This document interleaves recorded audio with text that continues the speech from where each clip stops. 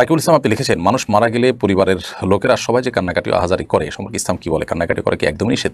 না, মানুষ মারা যাওয়ার পর কান্নাকাটি করে নিষেধ এমন কোনো কথা নেই। বরং নবী করিম সাল্লাল্লাহু আলাইহি ওয়াসাল্লাম তাঁর ছোট পুত্র সন্তান মৃত্যুর পর, জন্মের পর সন্তানের মৃত্যুতে নবী সাল্লাল্লাহু আলাইহি ওয়াসাল্লাম, ছেলের মৃত্যুতে নবী সাল্লাল্লাহু আলাইহি ওয়াসাল্লাম কেঁদেছেন, চোখের পানি পড়েছে। সাহাবীরা কেউ আশ্চর্য হয়েছেন। তখন নবী সাল্লাল্লাহু আলাইহি ওয়াসাল্লাম তাদেরকে জানিয়েছেন যে এটি কষ্টের কারণে, বিরহের বেদনায় এই পানি বের হয়ে থাকে চোখের, এটা স্বাভাবিক, এটা সহজাত বিষয়। অতএব কান্না করা দোষের নয়।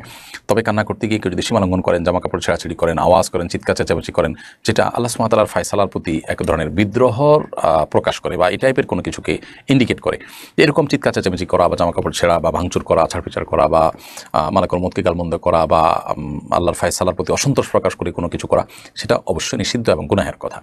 অতএব সে বিষয়ে আমাদেরকে সাবধান এবং সতর্ক থাকতে হবে। জুবাইর হোসেন আপনি লিখেছেন, নগদে কোনো পণ্যের এক দাম আর বাকিতে একটু বেশি দাম নিয়ে বিক্রি করলে কি সুদ হবে?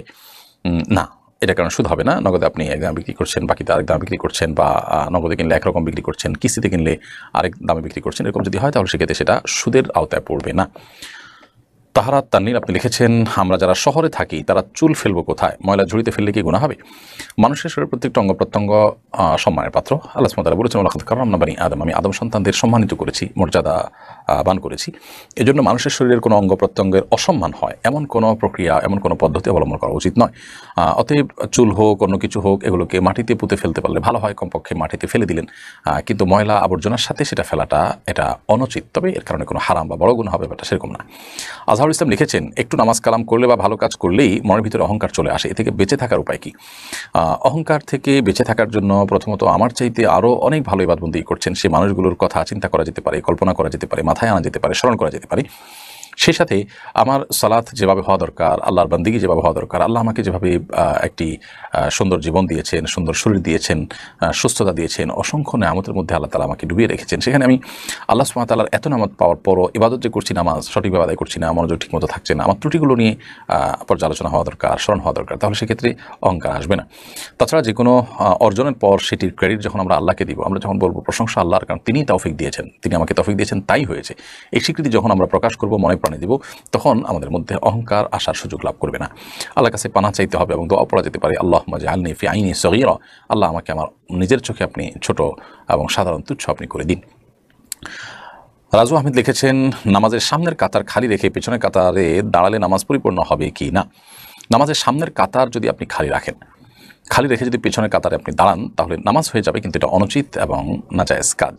সামনের কাতার খালি থাকলে সেই কাতার পূরণ করে তারপরে আপনার পেছনের কাতারে দাঁড়ানোর ব্যাপারে চেষ্টা করা উচিত, অন্যথায় সেটি আপনার সালাতকে ত্রুটিপূর্ণ করবে এবং এটি আপনার জন্য অনুচিত কাজ হবে। এরপর প্রশ্ন করেছেন রিয়াদুল ইসলাম মারুফ, আপনি লিখেছেন, আমি কিভাবে বুঝবো যে আমার ইবাদত কবুল হচ্ছে কি না?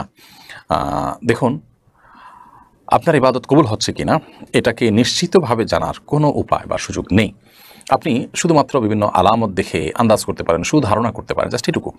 তো ইবাদত কবুলের একটি আলামত হলো সেই ইবাদত আগের চাইতে আরও ভালোভাবে আর নিয়মিতভাবে করতে পারা বা কন্টিনিউ করতে পারা।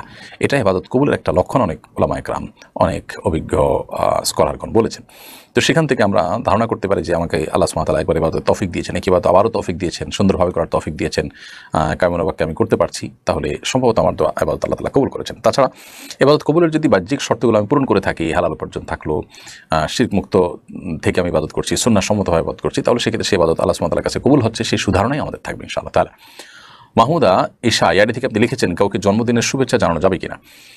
জন্মদিন উপলক্ষে যত আনুষ্ঠানিকতা আছে এগুলো ইসলামের সাথে এগুলো যায় না, এবং ইসলামের যে আপনার ধ্যান ধারণা এর সাথে এগুলো সঙ্গতিপূর্ণ নয়।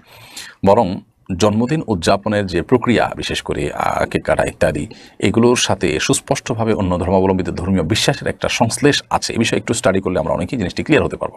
আমরা ইনশাআল্লাহ বিদিনিল্লাহ বিষয়ে স্বতন্ত্র ভিডিওর মাধ্যমে আপনাদেরকে সতর্ক করার চেষ্টা করবো, ইনশাআল্লাহ বিদিনিল্লাহ শেয়ার করার চেষ্টা করব। এমনিতে কারোর জন্মদিন উপলক্ষে আপনি তাকে শুভেচ্ছা জানান, তাতে আপনি কোনো গুনাহ করেছেন, অপরাধ করেছেন, ব্যাপারটা এমন নয়। কিন্তু জন্মদিন কেন্দ্রিক যে আনুষ্ঠানিকতা, সেটা হোক শুভেচ্ছা জ্ঞাপন, এটি আসলে ইসলামিক কোনো কালচার বা কৃষ্টি নয়। একজন মুসলিম হিসাবে আল্লাহ সুবহানাহু ওয়া তাআলা আমাকে যে কৃষ্টি দিয়েছেন, আমার যে সংস্কৃতি রয়েছে, সেটি আমার জন্য যথেষ্ট এবং পূর্ণাঙ্গ। অন্য ধর্মাবলম্বী মানুষদের কোনো কৃষ্টির, তাদের কোনো কালচার বা সংস্কৃতির অনুসরণ করা, এটা আমার জন্য উচিত নয়। মান তাশাব্বাহা বিকওমিন ফাহুয়া মিনহুম, নবী সাল্লাল্লাহু আলাইহি ওয়াসাল্লাম বলেছেন, কেউ কোনো জাতির অন্য ধর্মাবলম্বীর মানুষের সাদৃশ্য গ্রহণ করলে সে তাদের অন্তর্ভুক্ত হয়। তো এই জন্য আমরা এই জন্মদিনকে উইশ করার যে কৃষ্টি রয়েছে অন্য ধর্মাবলম্বীদের এবং তাদের থেকে এসেছে সেটি অ্যাভয়েড করার চেষ্টা করাটাই উত্তম এবং উচিত কাজ হবে।